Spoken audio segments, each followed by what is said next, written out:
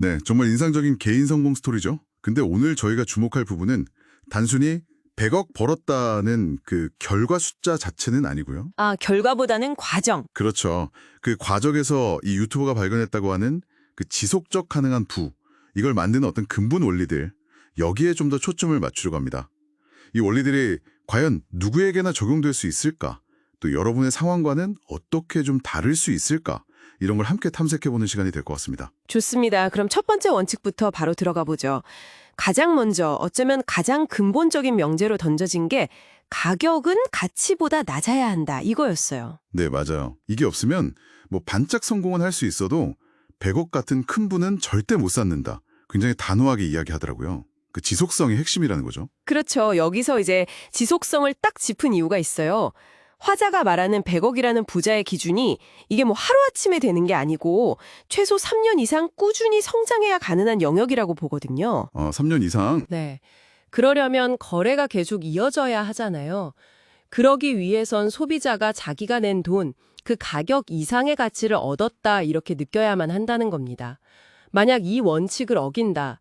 그러니까 가치보다 가격이 더 높다. 그러면 홍보하면 할수록 오히려 막 평판이 나빠지고 망하는 길로 간다는 거죠. 오히려 독이 되는 거네요. 반대로 가격보다 가치가 높으면 이건 뭐 알리면 알릴수록 자연스럽게 성장한다. 어떻게 보면 되게 당연한 거래의 이치인데 이거의 첫 번째 원칙으로 딱 못 박았다는 점이 중요한 것 같아요. 정말 기본 중에 기본인데 그걸 강조했다는 거군요. 다음 원칙은 저는 이게 정말 흥미로웠어요. 우리가 보통 생각하는 가치 개념이랑 좀 다른 이야기였는데요. 네네. 가치는 상대적이다. 내가 막 얼마나 노력했는지, 재료비가 얼마 들었는지 이건 소비자한테는 전혀 중요하지 않다는 거예요. 그렇죠. 예를 들어서 막 운동 끝나고 목마를 때는 찬물이 엄청난 가치지만 평소에는 따뜻한 물이 더 좋을 수도 있고 심지어는 진짜 급할 때는 좀 지저분한 화장실의 그 냄새조차도 일시적으로는 가치가 될 수 있다. 이런 파격적인 설명까지 하더라고요. 이게 시사하는 바가 굉장히 큽니다. 가치라는 게 생산자가 투입한 양, 뭐 노력이나 비용, 이걸로 결정되는 게 절대 아니라는 거죠. 투입량이 아니라 네, 오직 소비자가 그것도 특정 상황에서 느끼는 그 효용성, 이걸로 결정된다는 선언이나 마찬가지예요. 그러니까 절대적인 가치라는 건 없고 모든 가치는 소비자의 필요나 맥락에 따라서 계속 변한다는 겁니다. 계속 변한다? 네, 비싼 재료 썼다고 무조건 가치가 높은 게 아니다. 이 깨달음이 사업 방향을 잡는 데 아주 결정적이라고 이 화자는 강조하고 있습니다. 그래서 이 모든 관계를 아주 명확한 부등식으로 딱 정리하더라고요. 비용, 가격, 가치. 네, 그 유명한 부등식. 이게 바로 부자가 되는 시스템, 일종의 틀이다 이렇게 설명했어요. 내가 들인 비용보다는 당연히 높은 가격을 받아야 이윤이 남고 근데 그 가격보다는 고객이 느끼는 가치가 더 커야 한다는 거죠. 맞습니다. 이 부등식은 단순히 뭐 수익 공식을 넘어서요. 사업의 생존 가능성 자체를 담고 있다고 봐야 합니다. 특히 여기서 주목해야 할 부분이 비용을 들여서 가치를 높이려고 할 때요. 네, 비용으로 가치를 높일 때 단순히 돈을 더 쓴다고 해서 가치가 그만큼 뭐 비례해서 높아지는 게 아니라는 점을 딱 지적합니다. 예를 들어 1,000원의 비용을 들여서 딱 1,000원만큼의 가치만 만들면 이건 뭐 이윤이 없으니까 결국 망하는 거죠. 그렇죠. 남는 게 없으니까. 같은 1,000원을 쓰더라도 소비자가 느끼기에 한 2,000원 이상의 가치다. 이렇게 느끼게 만들어야 한다는 겁니다.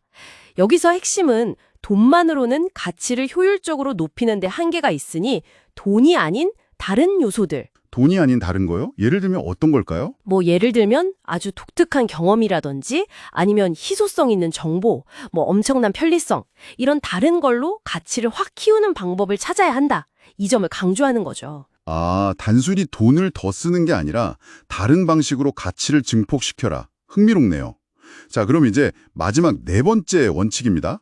앞에 세 가지를 다 만족시켜도 이게 빠지면 안 된다는 건데요. 네, 중요하죠. 바로 내가 제공하는 그 상대적인 가치 있잖아요. 그걸 정말 높게 평가하고 기꺼이 이 정도 돈은 내겠다. 이런 의사가 있는 특정한 사람들.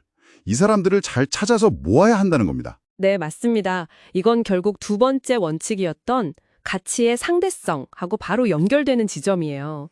상대성이랑 연결되는군요. 그렇죠. 내 제품이나 서비스의 가치를 가장 절실하게 느끼고 또 가장 높게 쳐줄 그런 잠재 고객, 그 집단을 정확하게 식별해서 그들에게 집중해야 효율적이라는 의미입니다.